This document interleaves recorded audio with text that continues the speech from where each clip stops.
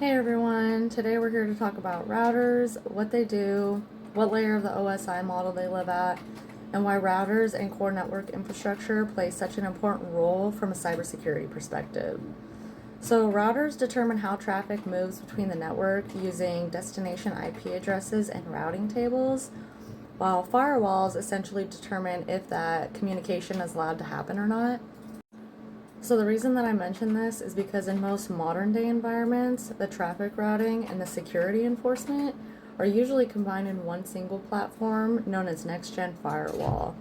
So as you can imagine, because these devices control both traffic routing and security enforcement, they can be an extremely valuable target to pen testers or to malicious actors. So later on in this video, I'll explain why compromising core network infrastructure like a router or a firewall can be nearly as impactful as compromising something like Active Directory. Let's start with what a router actually does. A router operates at layer 3 of the OSI model, which is the network layer. Their job is to connect multiple networks together and use destination IP addresses and routing tables in order to get that traffic to its destination.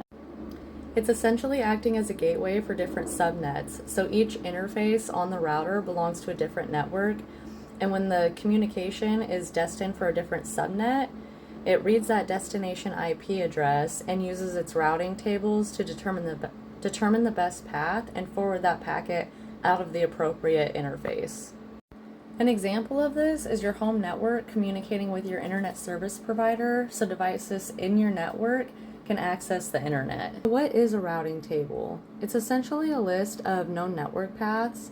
These could be directly connected networks, manually configured static routes, or routes that have been dynamically learned through routing protocols.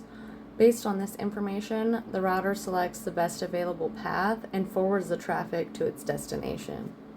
In modern environments, devices performing routing typically sit at the network boundary, and they influence how traffic enters the network, how it leaves the network, and how devices within the network are communicating with each other.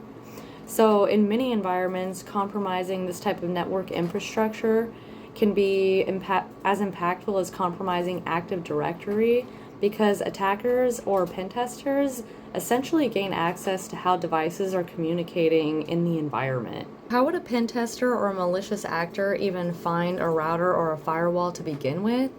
The first step is discovery and finding out what infrastructure is exposed to the internet. Scanning is often done to identify reachable systems across organizational-owned IP ranges, and during this time, testers or malicious actors often find things like VPN gateways, exposed management portals, firewall interfaces, or remote management services that were never intended to be exposed to the public to begin with. So the next step is identification. Most network infrastructure is revealing this information through login portals, certificates, service banners, or network protocol responses.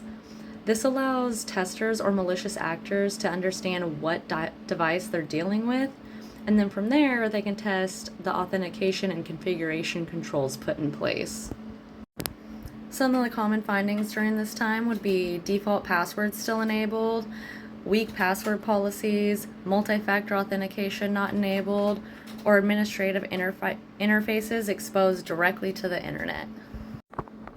Now let's talk about why infrastructure access is such a big deal.